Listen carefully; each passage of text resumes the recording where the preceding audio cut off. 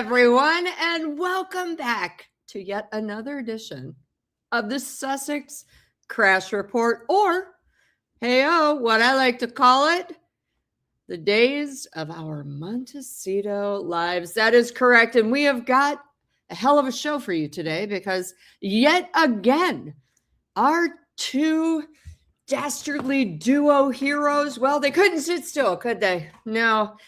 To be fair, there was Monday, the Met Gala. Oh my God. And Meghan so wanted to go. Sadly, she will never go as long as Anna Wintour is alive. And even worse, she's been replaced. Her pseudo best friend, Serena Williams, has a new friend. It's the Marchioness of Bath. Woo-hoo! It's hard to be replaced, especially so darn publicly, isn't it? And then there's more trouble at Invictus for Harry as Boeing jets off the scene as a major sponsor. And then, my God, the PR battles. These two, man, their PR team is working overtime. They are working every dollar of their monthly stipend. And to discuss all this, well, I've got my fellow member of the Order of the Lobster. That's right. Senior Tom Sykes. Tom, thank you. I love you, my brother from another mother. Hi, Paula. How's it going? It's going fabulous. I'm ashamed I don't have my lobster pin on. It's on my other jacket. I mean, I believe you should have several by now because I did send you a couple, but that's all right. I'll send you more. Tom is... Well, I tell you, I was in London. I'll tell you, this is funny, Paula. I was in London this week, as you know, at the Tina Brown's thing. And everywhere I went, everybody would say to me, what's the lobster? What's the lobster? What's the lobster? And eventually my editor-in-chief of the Daily Beast, Hugh Doherty, asked me, what's the lobster? And so I told him the whole story. And I said that basically it was like mine and Paula's Fred and Gladys black badges. Yeah, pretty much. Although, you know what I think, Tom? I'm going to start selling Order of the Lobster pins so that everyone who wants to be knighted by us and to join us in the Order of the Lobster can. That's going to be my new jam. And it will come with a little signature. You are now a member of the Order of the Lobster, Paula and Tom. I will forge your name. First up, Tom, we've got this sad, sad story. You know, Serena shows up at the Met Gala. It's insane because the Met Gala is, you know, that's Meghan's dream, really. And she always wanted to go, and Serena's sister Venus was hosting the Met Gala this year. And who did Serena bring? Marchioness of Bath. She brought an actual aristocrat. Can you believe that? Poor Meghan. She's been tossed over. Now, meanwhile, I'm also hearing, this is quite sad, I'm also hearing that not only was she tossed over, but that Venus was quite relieved because Venus apparently has never been a huge fan of Meghan. She thinks she takes up too much space and also is a taker, not a giver. What do you have to say, Tom? Do you know the Marchioness of Bath? I don't, but I think it's, you know, she's a really, really interesting character. And she had a really difficult relationship with the family, you know, that she married into. Why? And I think why? Because the Marquis of Bath's mother said to him before he married her, I think you should be jolly careful about marrying someone who isn't white, basically. No. Yeah. And there's been a huge argument within the family, a huge row within the family. So I think that Emma, instinctively, I would say, is sort of very, very sympathetic towards Meghan and towards, you know, the allegations of racism that were made that were made against the royal family. But interestingly, Emma has been incredibly careful in the absolute opposite way that Meghan was, not to kind of make matters worse, you know, not to kind of keep rattling the cage and make everything worse. And my impression is that what she has done is much more a kind of really intelligent, behind the scenes, educated, without causing a massive family feud and a massive family fight. But Right. it's certainly noticeable, isn't it? I mean, as far as I'm aware, she is the only Black Marchioness in the history of the United Kingdom, Right. and it's a fascinating story, and I think it is so interesting because it does give you a window onto the very deep rooted racial prejudice within a lot of the upper class. And I think it's also very interesting because she kind of handled it so much better than Meghan did. 100%. I absolutely agree. And, on that note, nobody is saying that the upper class doesn't have its issues with racism. All right. It's just when Meghan said, that she was subject to racism, I actually doubted that. I thought that the entire royal family, Charles, Camilla, William, Catherine, really stood up quite well for her and shut a lot of stuff down. They even had their PR department shut things down. But, I remember when the Duchess of Kent, I think you were still in New York at this time. The Duchess of Kent, she's horrific. She's the one who wore the Moorish brooch while hanging out with Meghan. And you're like, girl, you are so dumb. So the Duchess of Kent came to New York, was at Da Silvano, sitting next to my friend Nicole, who's not white, very, very not white. And Nicole and her friends are having a great time. And the Duchess of Kent looked over at Nicole's table and hissed, "Go back to the colonies." So, of course, Nicole called me and I put it in page 6 the next day. Of course, the Duchess of Kent was like, oh, she's a horrible woman. And it shocks me to hear that the Marchioness of Bath had to deal with that. And I'm so sorry because, frankly, as you know, I'm a huge fan of the Ladies of London. And I watch them all the time. And I love Emma. And I would like nothing more than to go and pet her giraffes, hang out with her monkeys, and, just do the zoo, if you will. And I do love that Serena Williams is like, you know what? You're actually classy. You're actually cool. You can actually have a conversation without hijacking the whole goddamn thing about you, because Meghan makes it all about Meghan. Yeah. And I remember that story, Paula. And of course, actually, it's a mistake easily made. And I remember you breaking it. But of course, it was Princess Michael of Kent on both occasions, not the Duchess of Kent. Sorry, not the Duchess. Yeah. You're right. But it was extraordinary when Princess Michael of Kent turned up it was the first kind of Christmas dinner, Christmas lunch of the royals. It was the first one that Meghan had been at.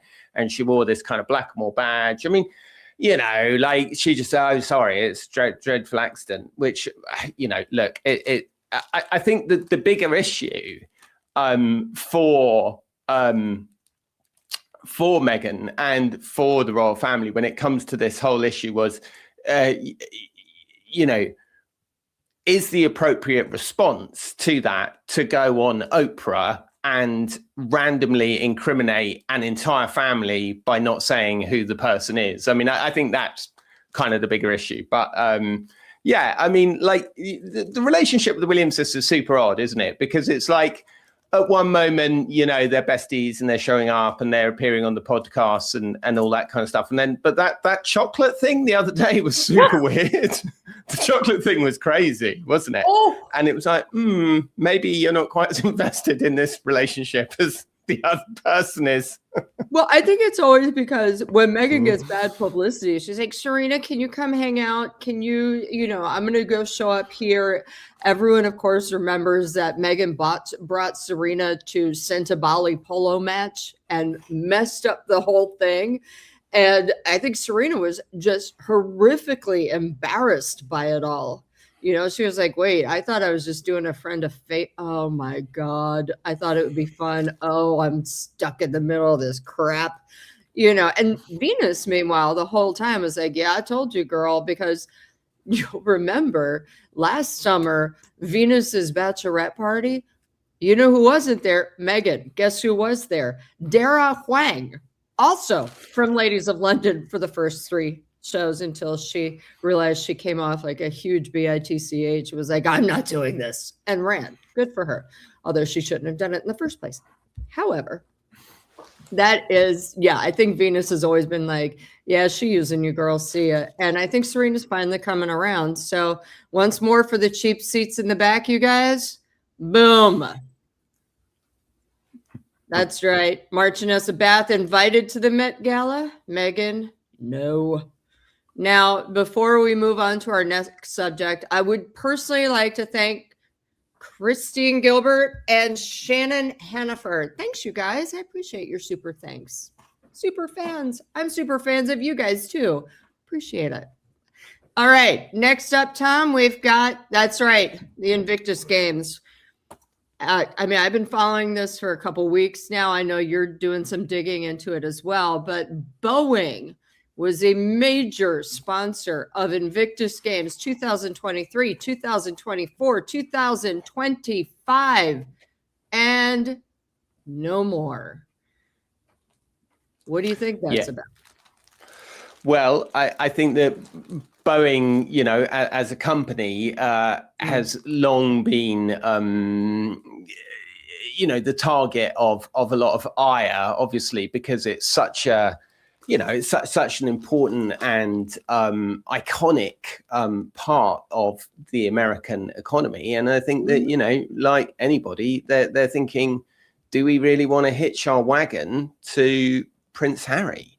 I mean, you know, I think that you have to look at the Centobale brand audit that, you know, that said that big blue, like I conceive like a small brand like your espresso pods or your new chai latte or your, you know, alpaca wool gloves, fine. But I think for a big blue chip company that has to answer to its shareholders, that has a fiduciary duty to its shareholders, they have to be very, very careful who they are allied with and who they are sponsoring. And the trouble is that the Invictus Games, its greatest asset was once Prince Harry. And so Prince Harry is the face of the games. There's no one else really that I can think of from the games. Sadly, it'd be great if some of the athletes had broken through, but unfortunately, you know, obviously within their field they have, and they've done amazing stuff. But on a kind of super duper, you know, breakthrough to the public level, they haven't. And so Harry is the face of the games. And I think that, you know, as a big, powerful blue chip company, you know, involved, you know, by the way, not just in, you know, providing airlines, which we often think about, but in all kinds of defense contracting and very sensitive areas of the economy, and such a iconic part of the American economy, I think they just have to be really careful, and indeed the international economy, they have to be incredibly careful about who they are associated with. Well, especially because, as a commenter just pointed out, planes be fallen. You know, they've had a lot of bad press, and just, I think at first it seemed like Invictus would be a good way to kind of whitewash the bad press, right? And then, of course, there was the big disaster in the last couple months of, oh, the finances are coming out about Invictus Canada, and it's really kind of weird. How could you have 532 competitors, $63 million, and literally almost no money goes to those competitors? They only gave away 200,000 pounds in grants direct to wounded warriors. And you just go, where the hell did that money go? You know, and you find out, oh, they're licensing their own name from their umbrella organization. Oh, they're paying people twice. Oh, look, they've got stunning legal fees for some weird reason. it is very interesting that Boeing is kind of like, yeah, we don't need any more bad press, especially with Birmingham, because, Birmingham, I'm going to let you talk about this for a hot minute. Birmingham is a mess. Yeah, and look, one of the commenters, Christy, I think, just said, Boeing went woke, and I think that's absolutely the point. I think that Boeing did sort of flirt with being really woke and thought this was a great way, to demonstrate that they were socially aware and that they were putting something back. And I suppose part of the problem that Harry has is that the pendulum has just massively swung the other way, and so many companies are just incredibly nervous about being associated with any cause, let alone a cause that could be perceived as being, presided over by one of the sort of kings of woke. And we've talked a bit, Paula, haven't we, about how Harry and Meghan sometimes just have this unfortunate habit of appearing to be 4 or 5 years behind the curve. And it's like, they are the kind of stuff that they espouse and the way that they talk about it and the way they telegraph their messaging in public, I can see is like a massive turnoff to like a really dour board of like, a blue chip company right now. But yeah, sorry, Birmingham, what were we wanting to talk about? The sort of problems there? Yeah, I did want to talk because, you're British. So am I technically. But, Birmingham went broke. Literally, they were bankrupt. They just got out of bankruptcy. The trash is still not being picked up off the streets, and the rats apparently are the size of large house cats. So, and it also has a 30% Muslim population that I don't think are going to welcome Harry and Meghan with open arms, considering in Spare, Harry bragged about killing 25 Taliban. Well, I think what I would say is that I do go to Birmingham a bit, actually, because I have family who live near there. And I want to give a shout out to the Chennai Dosa restaurant, which in my opinion is the best dosa restaurant in the whole of the United Kingdom, if you like dosas, which are those giant, big South Indian pancake things. And I do go there quite a bit. And it's definitely like, the media narrative of let's go there and take a photo of a massive pile of bin bags and say the whole city is covered in refuse is not accurate. I mean, it's pockets. So it's areas of the city have got still these, and not to underplay the problem, they have massive problems. And yes, you are completely correct. The city went bankrupt and has only just come out of bankruptcy. Now, again, I hasten to add, this is not completely unprecedented amongst English cities and councils. This does happen from time to time. Councillors are given too much power. They do incredibly stupid things. They invest money in ridiculous things. And guess what? Suddenly, no one can afford to pay for the bins to be collected. That is not to say that there is not a massive health crisis in large areas of Birmingham being caused by rats spreading disease. There is incredible social deprivation. Fundamentally, you don't have to go very far in Birmingham to understand that it is a city that is where integration has fundamentally failed, and that the communities still seem very divided. There's, it's like, it is an amazing city because it's the second biggest city in the United Kingdom. Yeah. And it is incredibly vibrant and multicultural. And when it works, it's fantastic. But it does have this problem with, being a sort of failed model of integration effectively. And of course, whilst 99% of the Muslims who live there are mainstream, peaceable people who want to get along with their lives and send their kids to school and have a few sprogs and, pay their rent. Unfortunately, it has also become associated with a small number of extremely violent, extremely dangerous Islamic extremists who will have a personal animus against soldiers of the IDF who have been injured, killing their brethren in Gaza and the Lebanon. Yeah. So, I mean, it's a really serious, it's a hugely serious problem.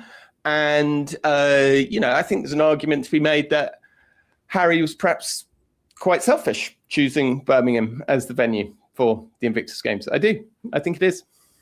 I agree. I also think, it's fascinating too, because Birmingham being so broke, and part of Harry's shill to the cities is, well, we will bring in all this tourism, right? But here's the problem. You look at Invictus Canada, and there were almost no spectators. No one really flew in for it, with the exception of the wounded warriors themselves, who had to pay their own way.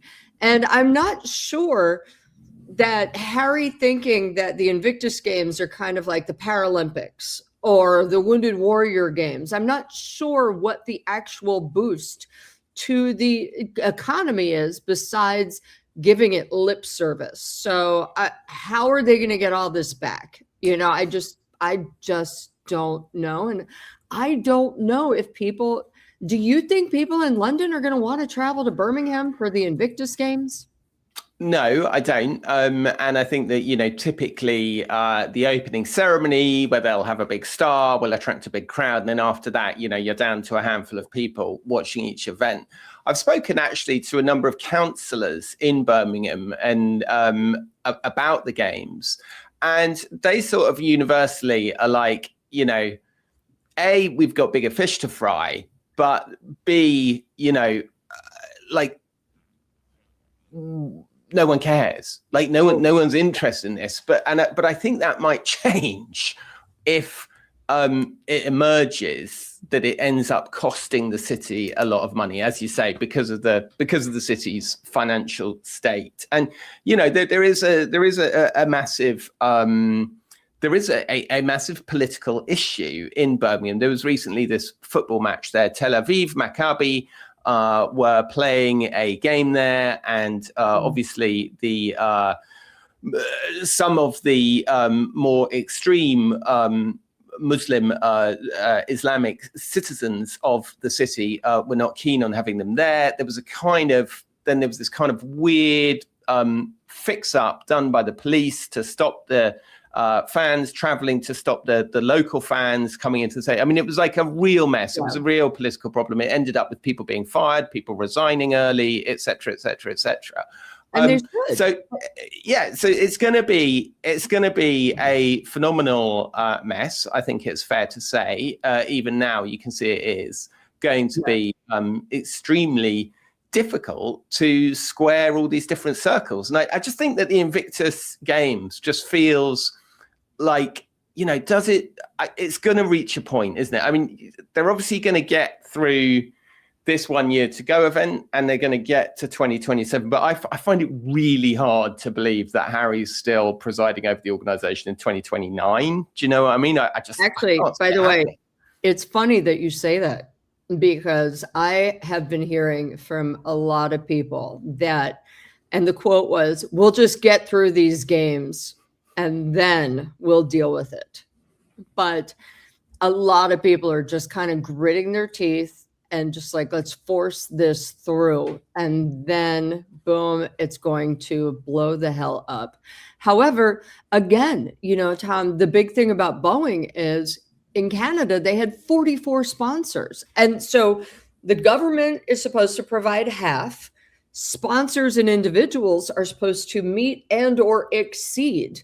They're nowhere near meeting. They've got 4 million in unnamed corporate sponsors right now. They've got almost nothing in individuals. So I absolutely agree with you. So now we are going to move on to our third topic, because let's be honest, Invictus is a big hot mess. Don't worry, we're going to be digging into it a lot more. They did finally, I hear, hire a head of marketing. Not, by the way, a very seasoned person. It is someone who is quite young, and they are trying to hire now. But as most people in the UK know, people give insanely long notices. They have to give like a month or 6 months, to leave. Whereas in the States, we're just like, boop, see ya, bye. Can't do that in the UK. And they are now hiring people for something a year out and saying, we won't be interested if you have to give notice. So pretty much anyone with the job right now can't be working for them. Now, Tom, let's move on to this, shall we? Last week, it was an interesting week for the Sussexes, and we're in the PR disaster zone now because literally last Saturday, our mutual friend and head showbiz reporter, Alison Boshoff, wrote this hell of an article that the Sussexes have lost the plot. Meghan is spiraling badly. How Meghan and Harry have burned all their bridges as insiders reveal spectacular fallout with Anna Wintour and the Kardashians. Money woes and problems that are worse than anyone realizes. And, to be fair, they were quiet for a day. Then on Tuesday, Meghan came out and reminded everyone that she's got Mother's Day candles that creepily smell like her children for sale. And by the way, they're all still available. Nothing has sold out. And hopefully, if you would like to smell Meghan's and Harry's children, well, hopefully they'll have wicks. Otherwise, you'll just be using it for candle grease somewhere, waxing doors. I don't know what you do with candles without wicks. However, on that same day, the Daily Mail again doubled down with their chief reporter, Martin Robinson. This is on Tuesday. And he said Meghan Markle had a falling out with Hollywood's power brokers. Reminded everyone that SNL had called her a terrorist. Her again said she was absent for the Met Gala, and Duchess is burning bridges in the U.S., experts say. Now, to be fair, Tom, I do think it might have been a little overkill to basically just rewrite Alison Boshoff's story, but we know they live by the clicks. Then Tuesday, a day later, it was little Archie's birthday, and Meghan puts up a sweet pic of Harry with some suspiciously full hair, because his hair ain't never looked like that. And then on the same day, the PR team, well, Meghan got her money's worth out of them, because they did another bizarre story in the Daily Mail by a third person who we don't even know who she is, Dominique Hines. And it said the 4 powerful women who won't let Meghan fail in their secret plot for her future. Meetings, interventions, and excess. Dominique Hines reveals hidden network protecting Duchess, Harry's role in the prize they desperately want. Here's the problem. Number one, you can't protect someone from themselves. Number two, all the women, and, Dan Whitten said he felt like it was race baiting, but all the women it was Oprah, George Lucas's wife, Mellody Hobson, who is a huge banker in and of her own right. Then you've got Nicole Avant, Ted Sarandos's wife, and you also had Shonda Rhimes. And I'm going to call bullshit on Dominique's story. And I'll tell you why. Now I'm going to ask what you think. But my bullshit is Oprah has been long-arming Meghan for a while. They don't hang at each other's houses. She may give the odd text, but Oprah really wants the big interview if Meghan does her own tell-all, and or if they get divorced, and or if something else happens. Oprah's in it to win it with the interview. Mellody Hobson, I'm sure she's like, oh, hey, you're all right. And then, Nicole Avant. I think Nicole keeps the peace, because Nicole is actually a lovely human being. She's quite nice. But, there was that party at Beef, the Netflix show. And Meghan's like, look, I'm with Nicole. And the photos were all taken down. And I think everyone's just really goddamn sick of it at this point. Well, don't take a photo with Meghan. She insists on the photos, but then you got to take them down. It's, even though everyone knows the name of the game. And it's just, and Shonda Rhimes, all right, I'm sure Shonda's nice to her, and I'm sure she's kind of cool with her, but she ain't done no projects with her.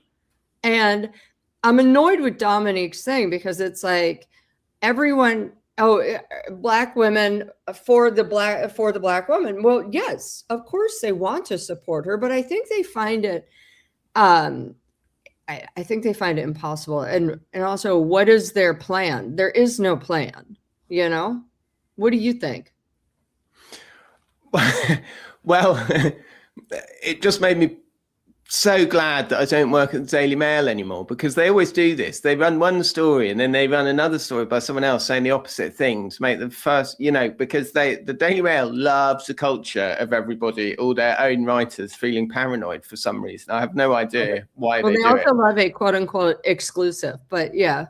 Yeah, but I mean, you'd get whiplash reading these stories, because it's like, and look, I'm not saying that a newspaper, can't have contrary stories, but it helps if they're broadly following the same narrative. I mean, it was very odd, the Dominique story. I don't know. Look, as you say, fair dues, well done, their PR team. They managed to get that story in. I mean, that's what they're paid to do, right? So let's fine, well done, lads. You got your story in. But I mean, it was just completely ridiculous. It's like you don't support. You don't support someone by never being photographed with them or never being seen with them. I mean, it's just absolutely ridiculous. I mean, I think the broader point is that the business, of Hollywood, of being a powerful person in Hollywood, it's not like you go around talking smack about Meghan and saying like Meghan's useless, like, because you might want, a future point, like there might be some project that she's, why would you, like, it's not like, like the fact, what they're basically saying is because Oprah hasn't put out a tweet saying, I hate Meghan, she's therefore quietly supporting her. And if I see the word quietly used one more time to AI. describe an abstract noun, yeah, I mean, it's just, it's like so AI. And that to me is a sign that it's come from a press release. Yeah, it's so quiet, you can't even hear it. But I do like quiet bravery, quiet courage, quiet this. It's not quiet. It's like, honestly, that's a great tip. If you're trying to decipher whether something is AI or not, look at the words. And if they use the word quiet to describe an abstract noun, which I know you're all very clever and you'll know what it is, I guarantee you that is like the biggest tell in the whole of AI history. It's the equivalent of what used to be the M dash, which they've now got rid of, right? You're not kidding. Well, no, they still haven't. Trust me. But, and it's also like, where was Michelle Obama? Thank you to LaBelle for pointing that out. And oh my gosh, the Office of Nanny's Teacup, by the way, I just want to say thank you so much. I see your support and I love you. But I also just feel like enough already. Like it's not this, it's that. I can't. But I did want to, so I'm going to call BS on this. You know what? The way I like to do support, Tom, is the way that you supported me.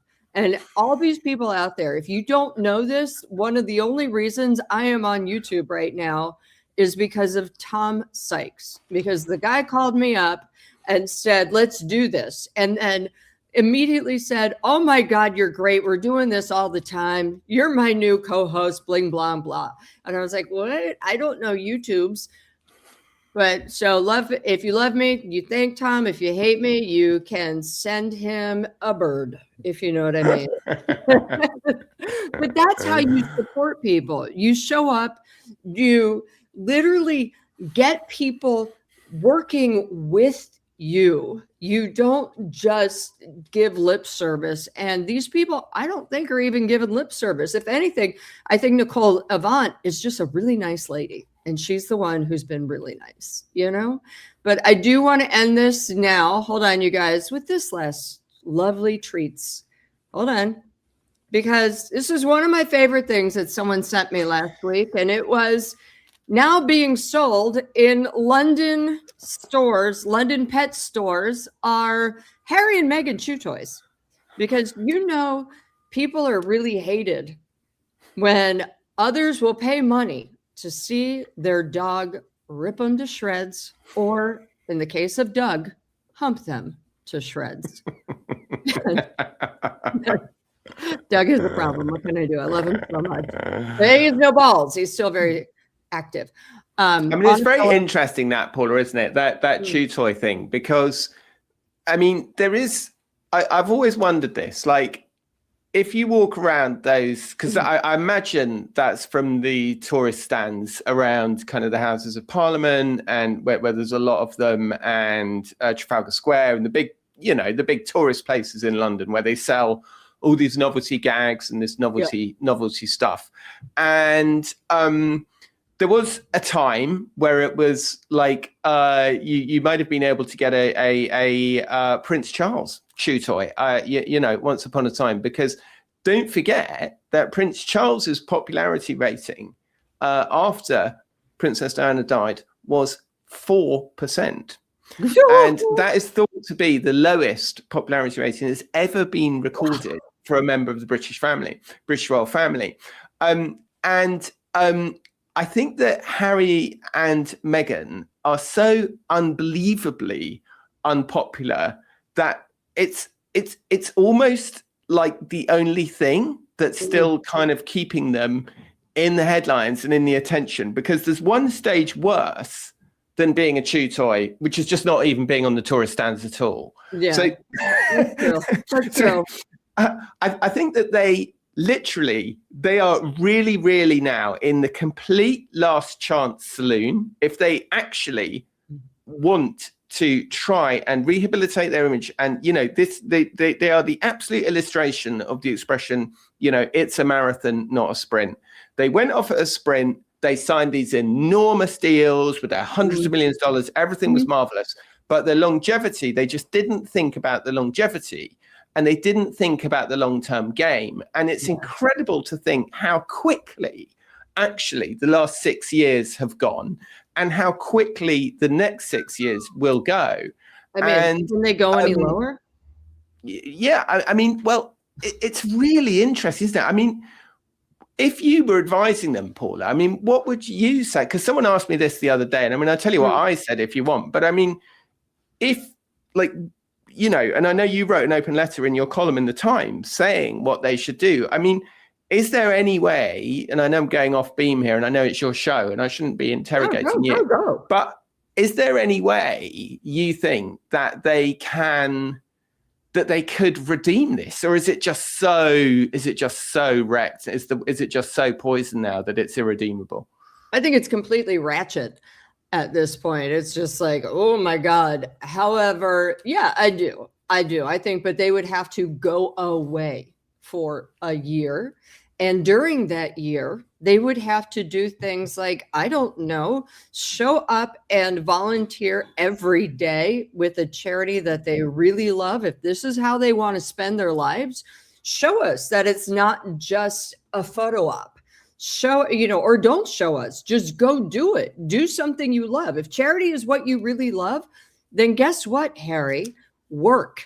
Do 8-hour days like the rest of us. Go see what a real job is and actually give your blood, sweat, time, and tears instead of just showing up, glad handing, taking photos and kissing children with cancer without a mask on, you know, and also learn some humility and possibly get a sense of humor. Those dog toys should be actually sold on As Ever website. They'd sell out on the daily. You know, so unfortunately, I don't think that that's possible for Meghan. At one point, it might have been for Harry, but I think he's just kind of gone down a rabbit hole. But you know what, Tom? I love you. I just want to say thank you. And you're my brother from another mother. Power to the Order of the Lobster. And I'll talk to you in a couple minutes. And for everyone else, I just want to say thank you. I really appreciate you guys. This is probably one of the best communities I've ever been involved in. And that's saying a lot. Anyway, I am trying to make it to 50,000 subscribers. I've got a hell of a lot to go. So remember, like, subscribe, share.